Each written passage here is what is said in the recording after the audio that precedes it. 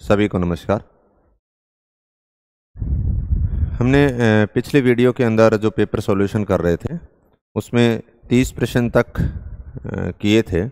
उसके बाद में अब नेक्स्ट वीडियो के अंदर हम आगे प्रश्नों को देखेंगे और इन प्रश्नों के अंदर बहुत सारे प्रश्न ऐसे हैं जो हमने पहले क्लास के अंदर किए हैं, वो एज ए नोट्स को हमने साथ में काम में लिया है कि जहाँ पर वो प्रश्न लिखे गए हैं। फिर उसके बाद में दूसरी जो अधिकांश प्रश्न ये भी था, कुछ प्रश्न ऐसे भी थे जो एनसीईआरटी में से भी हैं और कुछ प्रश्न ऐसे हैं जो मैंने बताया था कि जो इधर उधर से हैं और उनमें से इक्के दुक्के डाउटफुल भी प्रश्न हैं, तो उनके ऊपर भी हम देखेंगे कैसे क्या रहने वाला है।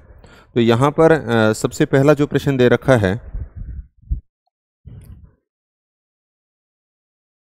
वो 30 तक यानी 30 तक हम प्रश्न कर चुके हैं और 31 नंबर प्रश्न यह है, भारत में हरित क्रांति की निम्नलिखित में से कौन कौन सी कमियां हैं। तो इन कमियां में तो कोई चक्कर है ही नहीं, असंतुलन की जो बात की गई है। हमने यहाँ पर पहले भी इस प्रश्न को यह किया हुआ है कि हरित क्रांति के प्रभाव यानी सकारात्मक प्रभाव और हरित क्रांति के नकारात्मक प्रभाव। तो हमने देखा कि जो नकारात्मक प्रभावों की अगर बात की जाए, क्योंकि इसने कमियों की बात की है, कमियों का मतलब नकारात्मक नेगेटिव इफेक्ट, तो वहाँ पर हमने देखा पर्यावरणीय समस्याएं उत्पन्न हुई थी, सामाजिक और क्षेत्रीय जो असमानताएं हैं या विषमताएं हैं वो बढ़ी हैं, ये था। पॉजिटिव प्रभाव के अंदर हमने देखे थे, खाद्यान्नों के अंदर भारत आत्मनिर्भर हो गया था, कृषि आधारित उद्योगों का विकास हुआ था, राष्ट्रीय आय में वृद्धि हुई थी, रोजगार में वृद्धि हुई है। अब रोजगार में वृद्धि हुई है, तो ये जो रोजगार के अवसरों में वृद्धि हुई है, इस शब्द को अगर आप देखोगे तो कोटा ओपन की किताब के अंदर हूबहू वीएमओ की जो है उसके अंदर लिखा हुआ है कि रोजगार के अवसरों में हरित क्रांति की वृद्धि हुई है। तो यहाँ पर जो उत्तर आपका उसी बेस के ऊपर हम देखेंगे ए, बी और डी, ये ठीक है, यानी ए, बी, डी 2 नंबर वाला ऑप्शन का। तो बेरोजगारी वाला इसको हम काट देंगे। नेक्स्ट, क्योंकि ये पूर्व में भी इस प्रकार का प्रश्न यहां से पूछा जा चुका है। अब अगले, ये मेरा बताने का मकसद ये है कि भी यहाँ आप अगर पूर्व पेपरों का एनालिसिस करके अगर चलते हो तो आगामी जो भी आप परीक्षा के अंदर बैठने वाले हो, हाँ ठीक है, जो स्कूल लेक्चरर बन के वहीं तक अगर रहना चाहते हैं उनकी बात नहीं है कि आप तो पास हो जाओगे, का सिलेक्शन हो जाएगा। और कुछ विद्यार्थी ऐसे भी हो सकते हैं जिनके कोई नंबर कम रहे, उनको पढ़ना पड़े, या कोई और एग्जाम असिस्टेंट प्रोफेसर वगैरह का देना चाहता है, तो उस स्थिति के अंदर आपको ये जो दृष्टिकोण होगा वो काम आएगा। इसलिए ये प्रश्न भी बहुत बार हम चर्चा कर चुके हैं और यहाँ से बार बार प्रश्न आते हैं। आग्नेय चट्टानों से संबंधित अगर बात की जाए, चट्टान के टॉपिक से 2 प्रश्न दिए हैं।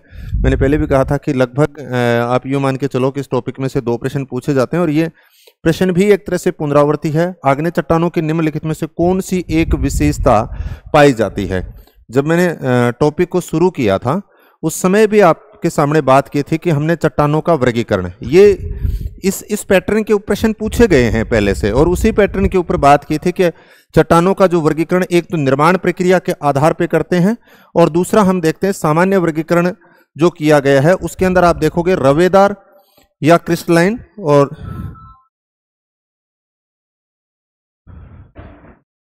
महेश है, मैं खातिर पूछा करे इंटरनेट। तो यहाँ पर बड़े साफ सुथरे, मैंने कहा था कई बार जब टॉपिक की हम शुरुआत करते हैं तो वहीं से प्रश्न पूछ लिए जाते हैं। तो यही प्रश्न था आपके सामने कि आग्नेय चट्टानों में निम्नलिखित में से कौन सी एक विशेषता पाई जाती है। तो रवेदार जो है वो आग्नेय चट्टानों के अंदर विशेषता पाई जाती है।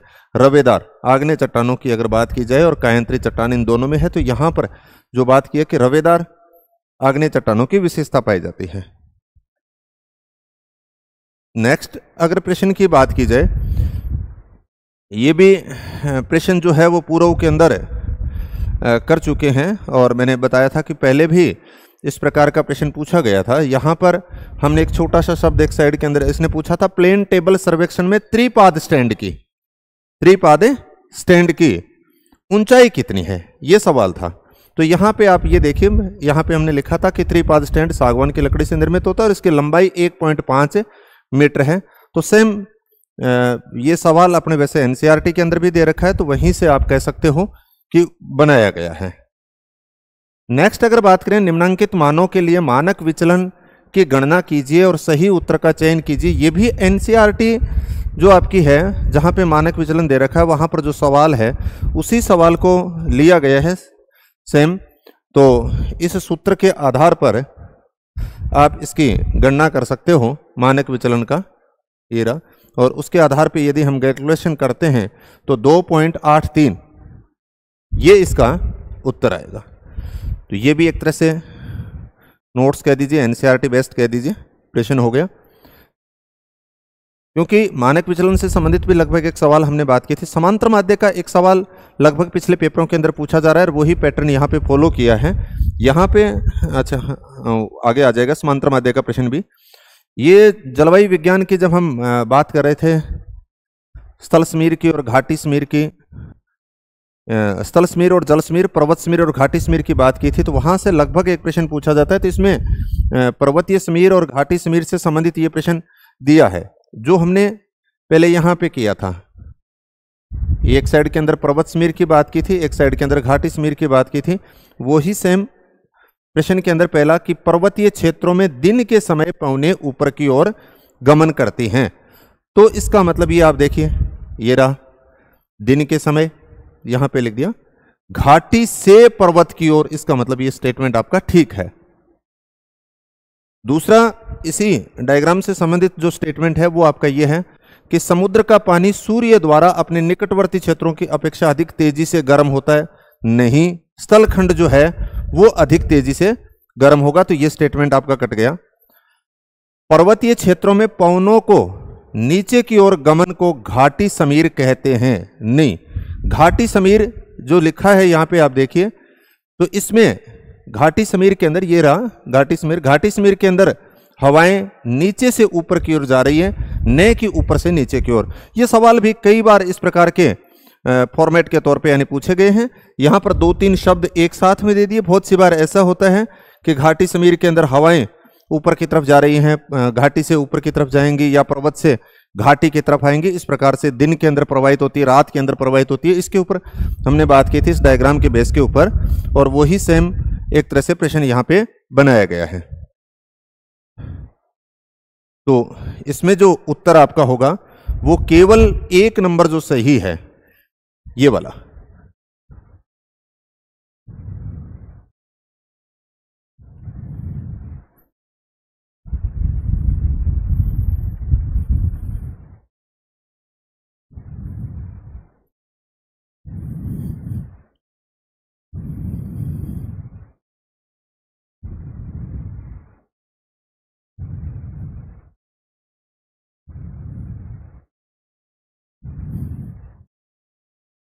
और ये स्थल और जल की जो बात कर रहे थे सेम वही लिखे। जब सूर्य ताप सब जगह पर समान रूप से पड़ता है तो भूस्तर या स्थल जल भाग की तुलना में तेजी से गर्म हो जाता है।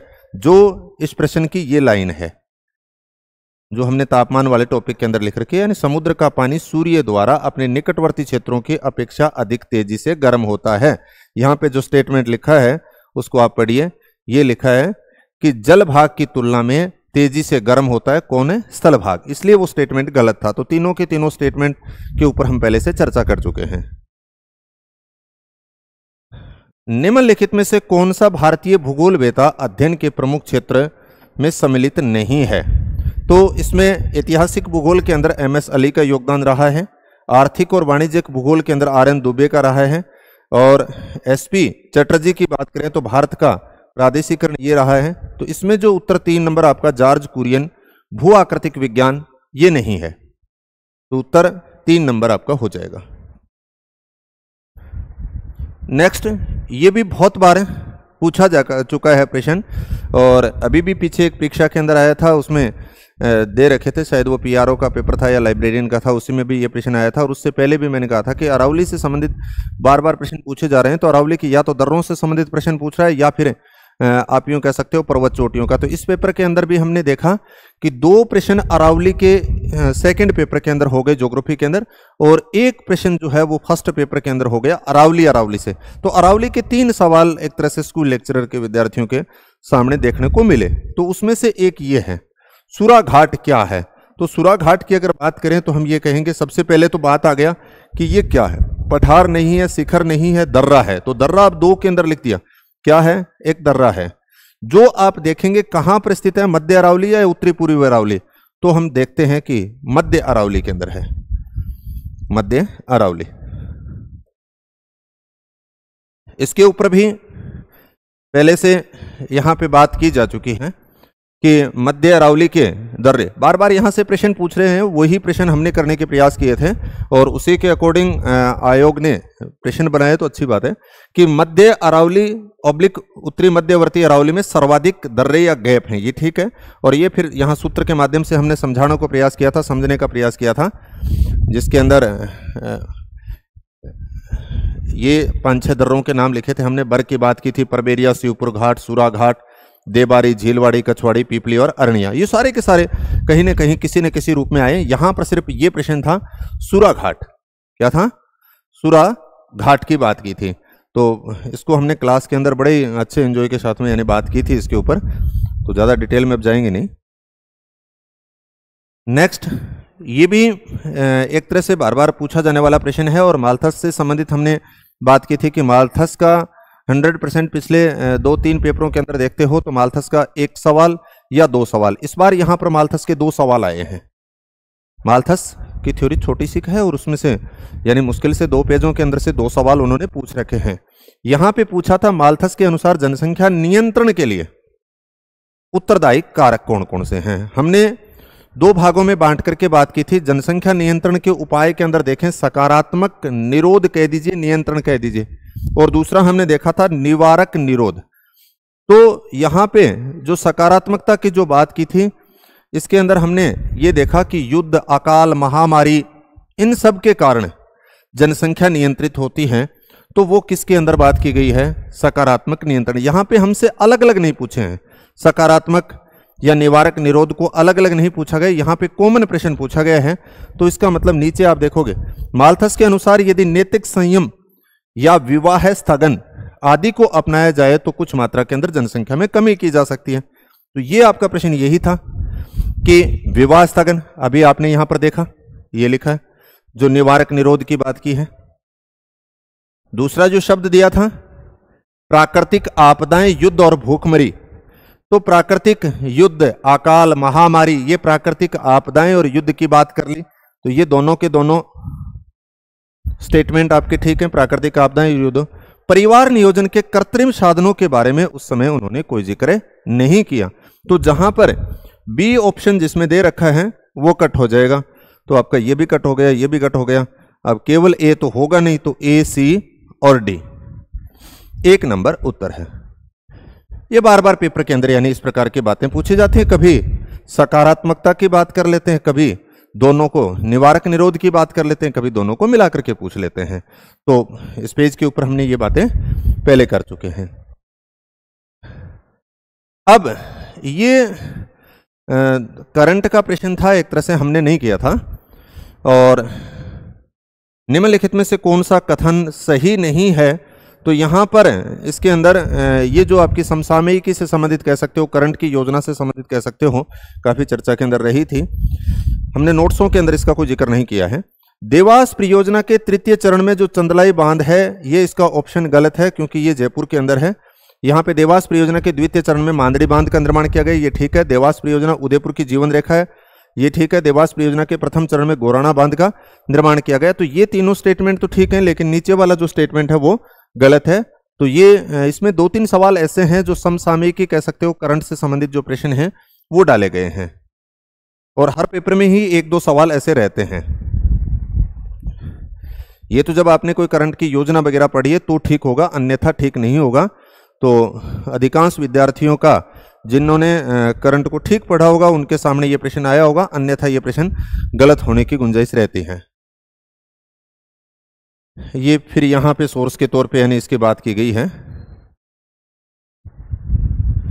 देवास प्रथम के अंदर यानी गोराने की बांध कर ली, और ये मादड़ी बांध की बात कर ली, और उदयपुर शहर से संबंधित है देवास परियोजना, जो यहाँ की पेयजल आपूर्ति के बारे में बात की गई है। और चंदलाई बांध यानी जयपुर, ये इस प्रकार से हमने इसके ऊपर बात की है कि ये यहाँ से इस प्रकार से लिया गया है।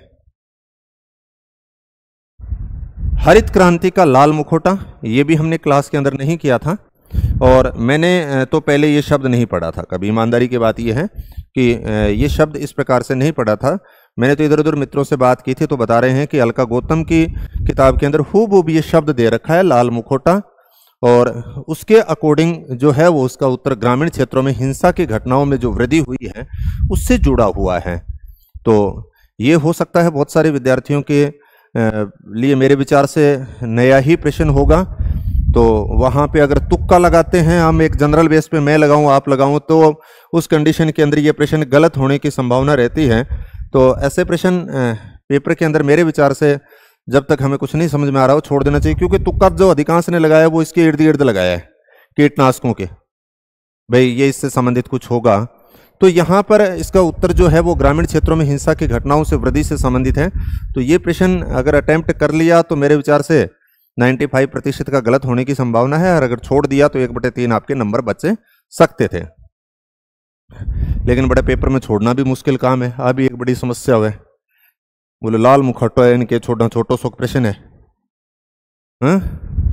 तो अलका गौतम के अंदर मैंने खुद ने अभी तक नहीं पढ़ा, मेरे को तो बताया गया, मैंने किसी से पूछा कि उसके अंदर ये दे रखा है तो ठीक है, क्योंकि मेरे पास ये है नहीं किताब। ये किताबों वाला जो प्रश्न है यहाँ पर आप देखोगे, ये किताब तो इसी पेपर के अंदर 2 बार दे रखी है, कॉरिडोर्स ऑफ टाइम्स। ये बहुत पॉपुलर किताब जो कॉस्मोस की बात आप कर रहे हो, यहाँ पे अगर हम देखेंगे, ये हम पहले भी कर चुके हैं कॉस्मोस, मैंने इसके ऊपर बहुत सारे स्टार लगा रखे हैं। इसका मतलब पता नहीं आप पेपरों का जब एनालिसिस करते हो तो कॉस्मोस को कितनी बार पूछा होगा। यानी हम्बोल्ट की ये जो पुस्तक है उस कॉस्मोस की बात की गई है। तो एक तो ये हो गया हम्बोल्ट की, यानी कॉस्मोस हम्बोल्ट की, पहले के अंदर 4 नंबर आया, आपने देखा। फिर उसके बाद में अर्धकुंडे, ये आप देख लीजिए यहाँ पे लिख रखा है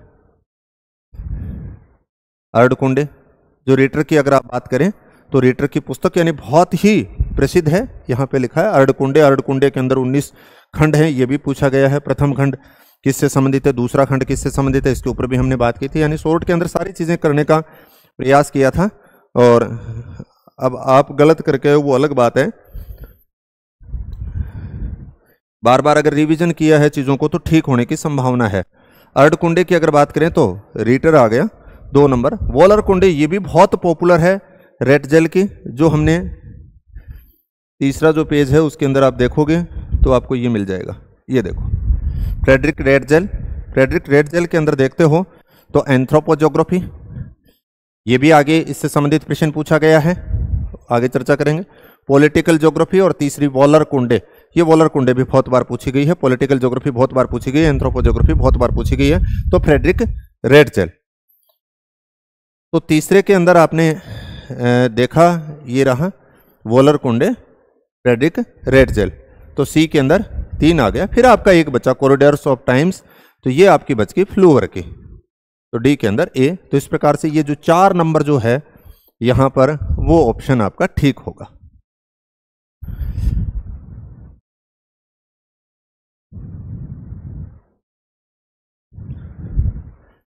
निम्नलिखित में से कौन सी नदी सर्वाधिक प्रदूषित है? सीधा सीधा एनसीईआरटी का जो प्रश्न है वो ये है, अखबारों के अंदर भी बार बार आती है और यमुना के प्रदूषण को लेकर के बहुत चर्चा के अंदर रही है। तो सेम एक तरह से यही प्रश्न है कि निम्नलिखित में से कौन सी नदी सर्वाधिक प्रदूषित है? तो यमुना नदी है वो सबसे ज्यादा प्रदूषित है। फिर उसके बाद में नेक्स्ट बात करें, इस सवाल के लिए भी हमने बातें लिखी हैं कि भू संतुलन या आइसोस्टेसिस से संबंधित हमने बात की थी कि एक प्रश्न एरी या प्राट का पेपर के अंदर पूछा जाता है। यानी हमने किए तो 5-6 के ऊपर चर्चा थी, लेकिन डिटेल में 2 के ऊपर बात की थी। तो हमने ये कहा था कि भी एरी और प्राट से संबंधित पिछले पेपरों का आप एनालिसिस करते हो, एक प्रश्न पक्का होता है, कई बार यहाँ से 2 प्रश्न पूछ लिए जाते हैं। तो सेम आपके सामने ऐसा ही कुछ था। हाँ, हालांकि इसकी जो लैंग्वेज जो है वो थोड़ी सी क्लिष्टता के तौर पे यानी दिख रही है। तो उस कंडीशन के अंदर ये लगता है कि ऐसा प्रश्न हमने नहीं पढ़ा, क्योंकि पेपर हॉल के अंदर कंडीशन अलग होती है, पेपर बाहर आने के बाद में और ज्यादा आसान लगने लग जाता है। 2-4 बार आप इधर उधर उस पेपर को पढ़ोगे या किसी से सुन लेंगे तो आपको ऐसा लगेगा बहुत सरल था, तो इसका मतलब मैंने इतने सवाल गलत क्यों किए। तो ये बाहर की बात अलग होती है, जब पेपर हॉल के अंदर बैठे रहते हो उस कंडीशन के अंदर डिसीजन लेना अलग बात होती है, क्योंकि वहां पर आपको अचानक से ऐसे देखते हो तो लगता है कि क्या पूछना क्या चाह रहा है। यहाँ पे ए प्रेट की बात की गई है। सर्वेक्षण के दौरान कल्याण कल्याण तथा कल्याणपुर के बीच गुरुत्वाकर्षण का अंतर 10 सेकंड से कम था। मैं आपको दिखा देता हूं, ये बात यहां से की गई है। हमने शुरुआत में लिखा था भू संतुलन की जो संकल्पना की बात की थी। भू संतुलन की संकल्पना यानी 1859 ईस्वी में सिंधु गंगा के मैदान में अक्षांशों के निर्धारण के समय जॉर्ज एवरेस्ट के निर्देशन में रहा और उस समय कल्याण और कल्याणपुर नामक दो स्थानों के अक्षांशों का माप त्रिभुजीकरण और खगोलीय विधि के अनुसार किया गया और दोनों मापों में अंतर 5.236 सेकंड का आया था। कल्याण हिमालय से मात्र 60 दूरी पर थे। ये बात की तो एरी ने हमने बताया था कि पेंडुलम को अपनी ओर हिमालय आकर्षित कर रहा है, उसके कारण अंतर होगा। यही समस्या जब प्राट के सामने रखी गई तो प्राट ने कहा कि अगर हम हिमालय को सियाल की तरह 2.75 घनत्व से अगर मान करके चले तो ये जो अंतर है वो 15.885 सेकंड का आना चाहिए, यानी 15.88 सेकंड का आना चाहिए। तो ये सवाल एक तरह से यहां से क्रिएट किया गया है। दूसरी जो इससे संबंधित जो बात है आगे लिखा गया है, इसमें एक पेज से इसने छोड़ दिया, जो प्राट की जो बात की गई है उसमें हम आगे देखेंगे। ये देखो, तो पहला स्टेटमेंट आपका ये गलत हो गया। प्रेट के अनुसार सर्वेक्षण के दौरान कल्याण तथा कल्याणपुर के बीच गुरुत्वाकर्षण में अंतर 10 सेकंड से कम नहीं था, क्योंकि अभी हमने देखा 15.885 सेकंड का अंतर था। प्रेट की अभिधारणा थी कि स्तंभ जितना बड़ा होगा घनत्व उतना अधिक होगा। नहीं, ये यहां पे इसने पेज लगाया नहीं तो भूल गया हम कुछ, आगे लो है नी। तो जिसमें प्रेट की जो बात की गई है, क्योंकि जितना बड़ा होगा उसकी डेंसिटी उतनी ही कम होगी, ये यहां पे आ जाएगा। प्रेट का सिद्धांत प्लवन के नियम पर आधारित था, नहीं, क्योंकि एरी का जो सिद्धांत है वो टेराव या प्लवन के नियम पर आधारित था। ये भी बात आगे लिखी है, वो भी पेज यहां पे नहीं लगा रखा है इसने। ए प्रेट के सर्वेक्षण के दौरान कल्याण तथा कल्याणपुर के बीच गुरुत्वाकर्षण में अंतर 10 सेकंड से अधिक था, तो ये स्टेटमेंट ठीक था। तो ये चारों बातें ही पहले सीख चुके हैं और उसी से संबंधित एक तरह से प्रश्न था। प्रश्न बनाने का जो पैटर्न था वो वास्तव में शानदार है एक तरह से, और आगामी भी आपको इस प्रकार के प्रश्न जो है वो आयोग के द्वारा देखने को मिल सकते हैं, क्योंकि कुछ प्रश्नों की लैंग्वेज तो बहुत सरल है और कुछ प्रश्नों की लैंग्वेज क्लिष्ट भी है, कुछ के अंदर यानी कंफ्यूज भी किया जा रहा है। तो ऑल ओवर कहीं न कहीं कई जगह फंसाने का भी प्रयास किया गया है। तो इसमें ये 4 नंबर होगा। अगला अगर देखा जाए कि निम्नलिखित में से कौन सा सुमेलित नहीं है, ये मैंने पहले भी बात की थी कि यहां से हर पेपर के अंदर सवाल पूछा जा रहा है। ये जो गुरुत्वाकर्षण के जो अम्लैंड के जो सीमांकन से संबंधित सिद्धांत है उसमें, और दूसरा प्रवास से संबंधित सिद्धांतों की बात करोगे उनसे संबंधित, दोनों के अंदर यहां से बार बार प्रश्न पूछे जा रहे हैं। तो यहां पे अगर हम देखते हैं तो यही सवाल जो दिया गया है, ये देखो यहां पर हमने शॉर्ट के अंदर सारी गुरुत्व नियम या अंतःक्रिया एच.सी. कैरी का है, ठीक है। फुटकर गुरुत्वाकर्षण नियम किसका है? रेली का है, जो स्टार लगा रखे हैं, बार बार पूछे जाते हैं, ये सूत्र बार बार पूछे जाते हैं। शॉर्ट के अंदर सारी चीजें कंप्लीट करने का प्रयास किया गया है। फिर उसके बाद में तीसरा ये दिया है अलगाव बिंदु संकल्पना पीडी कन्वर्स की। अब इस सवाल में क्या था आप देखिए, अंतःक्रिया मॉडल एच.सी. कैरी का, ये तो ठीक है।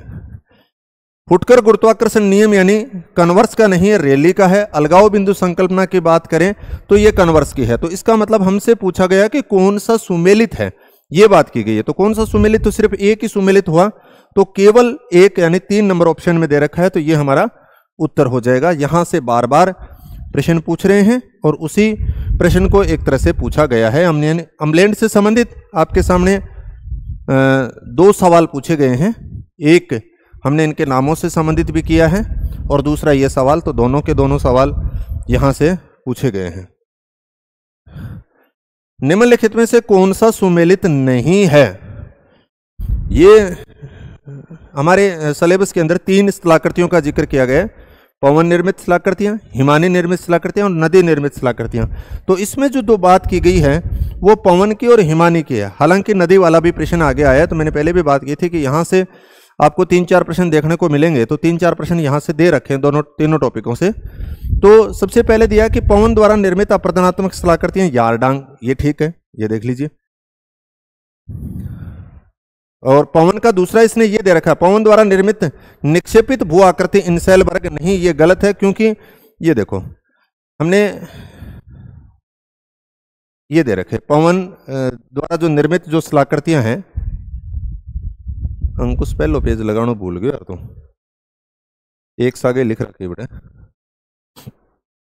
तो इंसेलबर्ग एक तरह से ठीक है, पवन द्वारा निर्मित अप्रदनात्मक स्थलाकृतियां यहाँ पे लिख रखी है, नहीं तो बाकी उसका भी इसी प्रकार से एक तरह से डायग्राम बनाया गया जिस प्रकार से हिमानी वाला बना रखा है। क्योंकि हिमानी के अंदर देखोगे हिमानी द्वारा निर्मित अप्रदनात्मक स्थलाकृतियां नुनाटक है। ये देखो हिमानी द्वारा निक्षेपित स्थलाकृतियों के अंदर नुनाटक पहला है। इसी प्रकार से हमने पवन के लिए भी पेज को बनाया था कि पवन निर्मित जो स्थलाकृतियां अप्रदनात्मक स्थलाकृतियों को अलग लिखा था और निक्षेपणात्मक स्थलाकृतियों को अलग लिखा था, और मरुस्थलीय क्षेत्रों में जलज निर्मित स्थलाकृतियों को अलग लिखा था इस प्रकार से। और मैंने कहा था बहुत सी बार इसी डायग्राम से संबंधित सवाल पूछ लिए जाते हैं। तो एक तो ये आ गया आपके सामने हिमानी वाला कि हिमानी द्वारा निर्मित अप्रदनात्मक भूरूप नुनाटक है। दूसरा देखो हिमानी द्वारा निक्षेपित भू आकृति केम है। ये देखो हिमानी जलोढ़ निक्षेप स्थलाकृतियों के अंदर केम, यहां से पिछली बार भी सवाल आया था। पिछली बार शायद हमक का दे रखा था, कुछ इस प्रकार से आया था। तो लास्ट ईयर जो स्कूल लेक्चरर का पेपर हुआ था उसमें भी यहां से प्रश्न था, इस बार भी है। और दोनों ये स्वरूप आपने करे लिए पवन द्वारा निर्मित भू आकृतियों के अंदर, यानी यारडांग की बात कर ली। ये देखो ये दिखा रखा, क्योंकि जूगेन और यारडांग से पिछली बार भी प्रश्न आया था। पिछली बार पूछा था कि यारडांग, जो आर्थर होम्स की बात की थी कि इसको कोक्सकोम्ब किसने कहा था, तो यारडांग और जूगेन से संबंधित लगभग पेपर के अंदर एक सवाल रहता है और वही सवाल यहां से था। तो यारडांग ये भी अप्रदनात्मक स्थलाकृति है, और आपने देखा कि इंसेलबर्ग ये भी अप्रदनात्मक है, लेकिन पेपर के अंदर यहाँ पे जो इंसेलबर्ग जो है उसको निक्षेपणात्मक स्थलाकृति बता रखी है, तो ये गलत हो जाएगा। तो 3 नंबर आपका उत्तर रहेगा। फिर उसके बाद में नेक्स्ट जो प्रश्न है स्केटर आरेख में, यहां से पेपर के अंदर फिर बार बार सवाल पूछा जाता है और वही सवाल की एक तरह से पुनरावृत्ति की गई है कि स्केटर आरेख में दाएं निचले से ऊपरी बाएं कोने तक का रेखिक आरेख, यानी कुल मिलाकर के आपका इस प्रकार से जो आरेख होगा, यानी ये कह रहे हैं कि दाएं निचले से, ये दायां निचला हो गया, ये तो आपकी बाईं साइड होगी और ये आपका हो गया दायां। तो दाएं निचले से ऊपरी बाएं कोने तक रेखिक व्यवस्था इंगित करती है। सहसंबंध वाले टॉपिक के अंदर ये देखिए यहां पर ये विक्षेप चित्र या बिंदु चित्र मैंने बताया था, बार बार नेट के अंदर भी यहां से प्रश्न आ रहा है, असिस्टेंट प्रोफेसर के अंदर आया हुआ है, स्कूल लेक्चरर के अंदर प्रश्न आया हुआ है। हाँ, कभी धनात्मक सहसंबंध का पूछ रहे हैं, कभी ऋणात्मक सहसंबंध का पूछ रहे हैं, कभी सहसंबंध का अभाव के बारे में पूछ रहे हैं, कभी सीमांत धनात्मक सहसंबंध का पूछ रहे हैं, कभी ऋणात्मक सीमांत ऋणात्मक सहसंबंध का पूछ रहे हैं। तो यहां पर तो सिर्फ ये था कि आप देखो ऊपर बाएं से नीचे दाएं की ओर ये शब्द लिख रखा है, यही लाइन एक तरह से यहां पे बात की गई थी। तो ये पूर्ण ऋणात्मक सहसंबंध को प्रदर्शित करता है। तो यही प्रश्न आप देखिए ऋणात्मक सहसंबंध को प्रदर्शित करता है। तो ये यहां से हो गया। अगला प्रश्न यदि देखा जाए तो ये निम्नलिखित में से कौन सा स्थान अमेरिका में निजी जहाज निर्माण के लिए जाना जाता है। तो जहाज निर्माण की अगर बात की जाए तो हमने यहाँ पे अमेरिका के जो लिखे हैं उसमें आप देखना कनेक्टिकट घाटी वायुयान की जो बात की गई है, तो इसके बेस पर इसमें आगे एक दो जगह और भी लिख रखा है। तो यहाँ पे आप देखोगे कि जहाज निर्माण के लिए तो आप देखना कनेक्टिकट घाटी, मिसिसिपी और वर्जीनिया, ये जहाज निर्माण के लिए जाने जाते हैं। तो यहाँ से भी प्रश्न जो औद्योगिक प्रदेश है उससे, संयुक्त राज्य अमेरिका का जो औद्योगिक प्रदेश है उससे संबंधित ये एक प्रकार का प्रश्न बनाया गया है। तो औद्योगिक प्रदेशों में भी हमने देखा था कि पिछले पेपरों के अंदर ट्रेंड रहा है कि एक प्रश्न या दो प्रश्न बनते हैं। तो यहाँ पर एक प्रश्न ये हमें देखने को मिला। नेक्स्ट अगर बात की जाए, निम्नलिखित में से कौन सा नगर के प्रभाव क्षेत्र, मैंने कहा था कि अमलैंड से संबंधित इस बार 2 सवाल आए हैं, लगभग 1 या 2 सवाल। एक तो अमलैंड के सीमांकन की विधियों से संबंधित रहता ही रहता है। यहां पर जो सवाल था कि निम्नलिखित में से नगर के प्रभाव क्षेत्र, यानी नगर के चारों ओर का जो क्षेत्र, ये देखिए नगर के चारों ओर का क्षेत्र जो सामाजिक आर्थिक रूप से जुड़ा रहता है। यहाँ पे सिटी रीजन, ये पिछली बार आया था, सिटी रीजन यानी गिडीज की बात करें या हैरिस और डिकिंसन ने इस शब्द को काम में लिया था। तो पिछली बार भी यहां से प्रश्न था, पिछली बार ये कह दिया कि सिटी रीजन किसने कहा। दूसरा नगरीय प्रभाव क्षेत्र आ जाएगा, नगरीय क्षेत्र आ जाएगा, प्री नगर आ जाएगा। ये अमलैंड के उपनाम हैं सीबीडी होता है नगर का केंद्रीय भाग, नगर का केंद्रीय भाग जो व्यापारिक गतिविधियों का केंद्र होता है। सेंट्रल बिजनेस की बात की गई है, यानी डिस्ट्रिक्ट, सेंट्रल बिजनेस डिस्ट्रिक्ट की बात की गई है। केंद्रीय व्यापारिक केंद्र, तो ये नगर के केंद्र का भाग है, तो नगर के केंद्र के भाग की बात नहीं कर रहे हैं। तो नगर प्रभाव क्षेत्र को हम लैंड भी कहते हैं, नगर का पृष्ठ प्रदेश भी कहते हैं, नगरीय प्रदेश भी कहते हैं। तो ये उपनाम से संबंधित हमने देखा कि यहां से ये प्रश्न पूछा गया है। अगले प्रश्न के ऊपर बात की जाए, ये बहुत पॉपुलर सी परिभाषा है जो बार बार पेपरों के अंदर पूछी गई है, और 11वीं क्लास की जो 12वीं क्लास की जो एनसीईआरटी है मानव भूगोल, उसके अंदर भी आपने देखा कि 3 परिभाषाएं दे रखी हैं। तो 3-4 परिभाषा, उसमें से मैंने कहा था कि अधिकतर परिभाषा हमारे जो यहाँ से पूछी जाती है मानव भूगोल की वो यहीं से हैं, तो वहीं से हमने ये परिभाषा लिख रखी है। और बार बार ये प्रश्न भी आता है कि मानव भूगोल अस्थिर पृथ्वी और क्रियाशील मानव या चंचल मानव के बीच परिवर्तनशील संबंधों का अध्ययन है, एलन चर्चिल सैंपल। ये कोई पहली बार नहीं आया, बहुत बार ये प्रश्न आ चुका है पहले भी, और ये प्रश्न हमने यहाँ पर लिख रखे हैं। एलन चर्चिल से संबंधित या अन्य की जो परिभाषाएं, रेडजेल की परिभाषा भी दे रखी है, उसमें ब्लास की दे रखी है और सैंपल की दे रखी है। तो सैंपल की परिभाषा पूछ ली गई, पिछली बार शायद ब्लास की पूछी गई थी, यहीं से प्रश्न पिछली बार भी था। तो यानी कुल मिलाकर के आप कह सकते हो कि कुछ प्रश्न, बहुत सारे प्रश्न ऐसे भी हैं जो पिछले पेपर के अकॉर्डिंग रिलेटेड भी आपको मिलते हैं। तो मानव भूगोल अस्थिर पृथ्वी और क्रियाशील मानव के बीच परिवर्तनशील संबंधों का अध्ययन है, कुमारी सैंपल, ये उत्तर हो जाएगा 2 नंबर। नेक्स्ट अगर प्रश्न की बात की जाए तो आप देखेंगे कि मानव विकास सूचकांक की गणना करते समय इसके विभिन्न आयामों को भारित की जाती हैं। तो यहाँ पे इसके 3 आयामों का जो जिक्र किया गया है, और ये हुबहू जो शब्द जो चका गया है, एक तरह से उठाया गया है, वो आपकी एनसीईआरटी जो दे रखी है मानव विकास सूचकांक, वहां से सीधा ही शब्द उठाया गया है 1/3, यानी मानव विकास सूचकांक की जो गणना की जाती है वो उसके लिए विभिन्न आयामों की भारिता दी जाती है, तो 1/3 हुबहू एनसीईआरटी के शब्द को हमने पहले भी बात की थी कि एनसीईआरटी में, क्योंकि आपके आधे जो सवाल होते हैं वो 11वीं 12वीं क्लास की एनसीईआरटी से संबंधित होते हैं सीधे ही। ये पिछली बार का ही प्रश्न है, जो अभी हम मालथस की बात कर रहे थे कि मालथस से 2 सवाल आए हैं।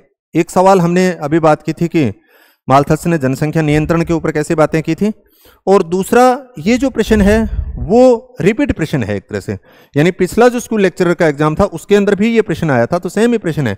प्रकृति की मेज सीमित संख्या के अतिथियों के लिए लगी हुई है, और जो बिन बुलाए मेहमान होंगे उनका अवश्य भूखा रहना होगा।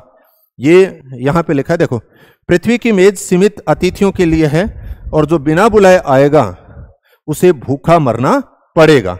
तो ये प्रश्न सेम पिछला जो पेपर है वो ही प्रश्न है, तो यहां पर हमने ये लिख रखा है, और ये पिछले पेपर के आप कह सकते हो प्रश्न पूछा गया है, तो यहां पे हमने बता दिया।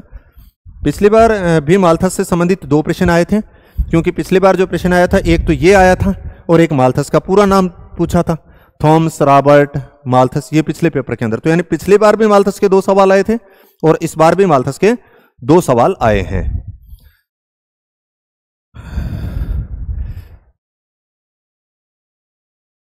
आगामी जो एक तरह से स्कूल लेक्चरर वगैरह की तैयारी कर रहे हैं उनको इस पेपर से बहुत कुछ सीखने को मिलेगा, या असिस्टेंट प्रोफेसर की तैयारी कर रहे हैं, नेट की तैयारी कर रहे हैं, उनके लिए भी ये हेल्पफुल साबित होगा। अब ये यहां से मैंने कहा था कि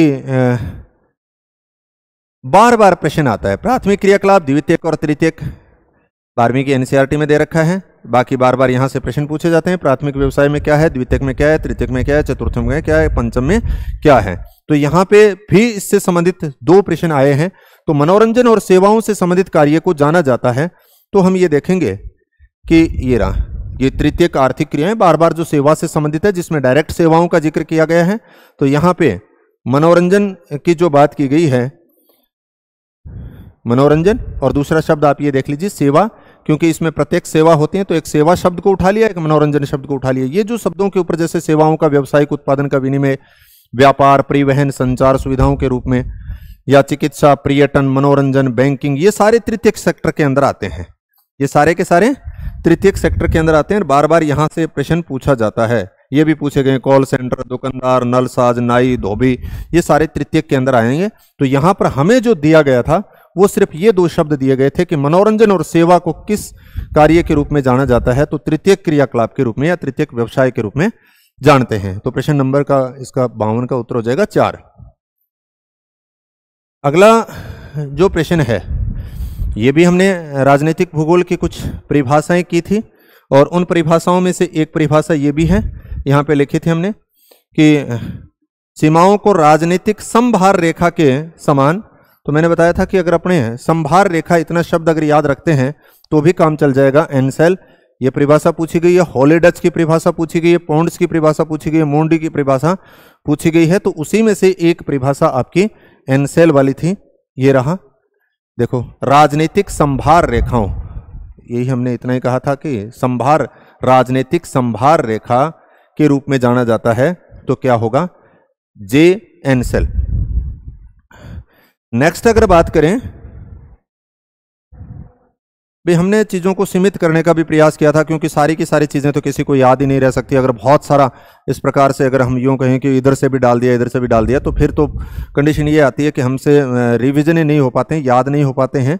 तो आप देखोगे तो सिलेक्टेड रूप से काम करने का प्रयास किया था और उसमें अधिकांशतः हमारा काम ठीक भी रहा। कुछ चीज़ें ऐसी हो सकती हैं जो आप कितना भी कर लेते फिर भी वो उनको नहीं कर पाते, तो इसलिए ज़्यादा दुखी होने की भी आवश्यकता नहीं है। इतना अगर ठीक ठाक करते हो तो अच्छे कंपटीटर की दौड़ के अंदर आप होते हो। ये वर्ष 2022 में लोहे एस का जो कच्चा अधिकतम भंडार किस देश में है, तो यहाँ पे हमने लोहे एस के उत्पादन और भंडार की जो बात की थी, तो भंडार में 1 नंबर ऑस्ट्रेलिया की बात कर रखी है, 2022 का ही ये डाटा था। तो यहाँ पर ये आ गया कि वर्ष 2022 में लोहे एस का अधिकतम भंडार है। पहले जहाँ पे शुरुआत किया था लोहे का, तो वहाँ पे उत्पादन से संबंधित बात पूछी जा रही है और भंडार से संबंधित बात पूछी जा रही है। तो उत्पादन और भंडार दोनों के अंदर ही ऑस्ट्रेलिया है। तो जो एक मौका उत्पादन याद और तुक्को लाग गयो तो भी ऑस्ट्रेलिया ठीक हो गयो, क्योंकि जैसे ज्वार वाले के अंदर तो ठीक हुआ नहीं, ज्वार वाले के अंदर तो उत्पादन नहीं पूछा था, उत्पादकता पूछी थी। यहाँ पे अगर किसी ने भंडार ने दिमाग में आया, अगर उत्पादन आ गया तो भी उसने कर लिया, तो भी उसका काम चल गया। तो वो तो पेपर के अंदर क्या सोचा होगा। तो लोहे एस का अधिकतम भंडार किस देश में है? ऑस्ट्रेलिया के अंदर। फिर उसके बाद में नेक्स्ट प्रश्न के ऊपर अगर बात की जाए, थॉरथवेट के अनुसार, ये हमने प्रश्नों की जो पिछला जो फर्स्ट पेपर हुआ था उस समय भी हमने बात की थी कि भाई जो जलवायु का है राजस्थान का, उसमें कोपेन और थॉर्नथवेट से संबंधित निश्चित रूप से प्रश्न पूछा जाता है। बार बार यहाँ से थॉर्नथवेट से संबंधित प्रश्न पूछ रहे हैं, यानी कोपेन से संबंधित भी प्रश्न पूछे जा रहे हैं थॉर्नथवेट में। थॉर्नथवेट के अनुसार दिए गए मानचित्र के छायांकित क्षेत्र में किस जलवायु प्रदेश को प्रदर्शित करता है? कभी छायांकित क्षेत्र देता है, कभी जिलों को सुमेलित करवा लेता है। इस प्रकार के प्रश्न बनते हैं। ये देखो यहाँ पे हमने ये दिखा रखा, नीचे CA-W, CA-W।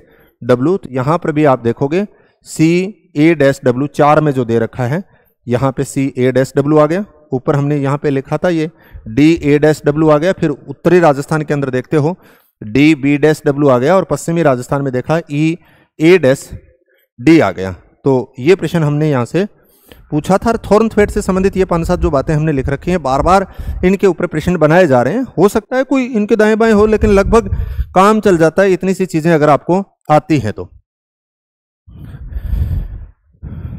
ये यहां पर हमारा हो गया कि थॉर्नथवेट के अनुसार दिए गए मानचित्र में छायांकित क्षेत्र किस जलवायु प्रदेश को प्रदर्शित करता है? तो CA-W को प्रदर्शित करता है। नेक्स्ट अगर बात की जाए तो अगला प्रश्न है, एकांकी क्षेत्रीय अर्थव्यवस्था जेनेरेटिव वाई को जन्म देती है। तो जेनेरेटिव वाई की संकल्पना बहुत पॉपुलर है और बार बार पूछी जाती है। यहाँ पे हमने खूब सारे स्टार लगा रखे हैं। ब्लास की जो संकल्पनाएं हैं, ब्लास की संकल्पना में एक तो पेज की संकल्पना बहुत पॉपुलर है, फिर उसके बाद में जेनेरेटिव वाई की संकल्पना यानी विशिष्ट जीवन पद्धति की, ये बार बार पूछी जाती है। और टेरेस्ट्रियल व्हील की संकल्पना और पार्थिव एकता की संकल्पना या सार्वभौमिक एकता की संकल्पना, ये ब्लास की जो 4 संकल्पनाएं हमने यहाँ पे लिख रखी हैं, ये बार बार पेपरों के अंदर पूछी जाती है। उसी के अंदर से एक प्रश्न आपका ये था जेनेरेटिव वाई की संकल्पना।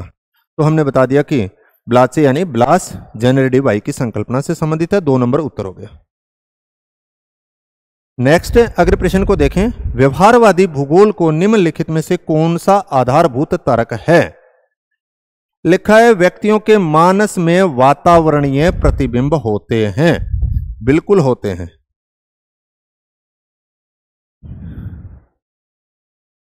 ये देखो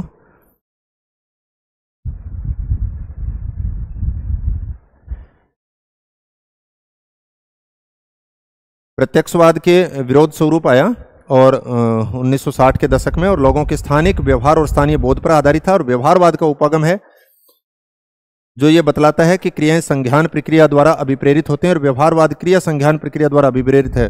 व्यवहारवाद में मानवीय बोध और व्यवहार को क्षेत्रीय वातावरण से संबंधित निर्णयों पर जोर देता है।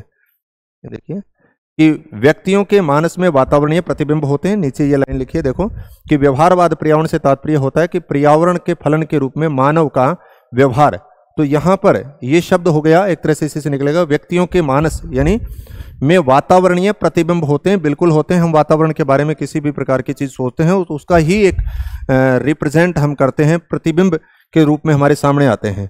ऐसे प्रतिबिंबों को शोधकर्ता द्वारा परिशुद्धता से पहचाना जा सकता है।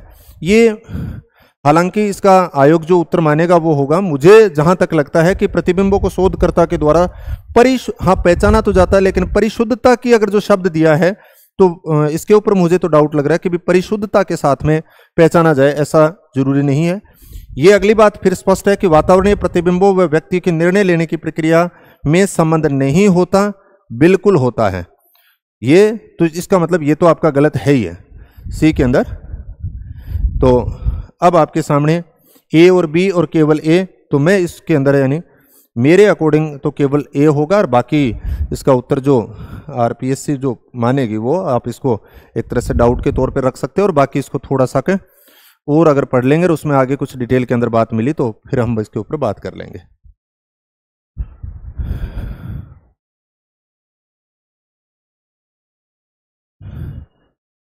यहां पे देखो निर्णय लेने की, ये शब्द था, निर्णय लेने की प्रक्रिया में पर्यावरण के मानस मानचित्र के महत्व पर पहली बार जैसे जोर दिया था तो गोल्ड ने, तो यहां पर ये जो शब्द है ना कि निर्णय लेने की जो प्रक्रिया थी, वातावरणीय प्रतिबिंब और व्यक्ति के निर्णय लेने की प्रक्रिया में संबंध नहीं होता। यहां पे आप देखो ये सवाल भी पहले आया हुआ है कि निर्णय लेने की प्रक्रिया में पर्यावरण के मानस मानचित्र के महत्व पर जब प्रकाश डाला था तो स्वाभाविक सी बात है कि गोल्ड ने बताया था कि निर्णय लेने की प्रक्रिया में पर्यावरण किस प्रकार से प्रभावित करता है, उसका मानस मानचित्र कैसा बनेगा। तो ये सेम ही था, व्यक्तियों के मानस में वातावरणीय प्रतिबिंब होते हैं और वातावरणीय प्रतिबिंब व व्यक्तियों के निर्णय लेने की प्रक्रिया में संबंध होता है। ये सेम इसी लाइन का एक तरह से तोड़ मरोड़ के पेश किया गया है। जो गोल्ड वाली जो हम बात करें, सबसे पहले इसने इसके ऊपर बात की थी, निर्णय लेने की प्रक्रिया में पर्यावरण के मानस मानचित्र पर महत्व दिया था। तो इसी लाइन का एक तरह से दो प्रकार से स्वरूप दिया गया है, क्योंकि हर व्यक्ति का जो अगर बात करें कि मेंटल मैप जो होता है वो अलग अलग होता है, हर चीज के बारे में सोचने की जो प्रक्रिया अलग अलग होती है।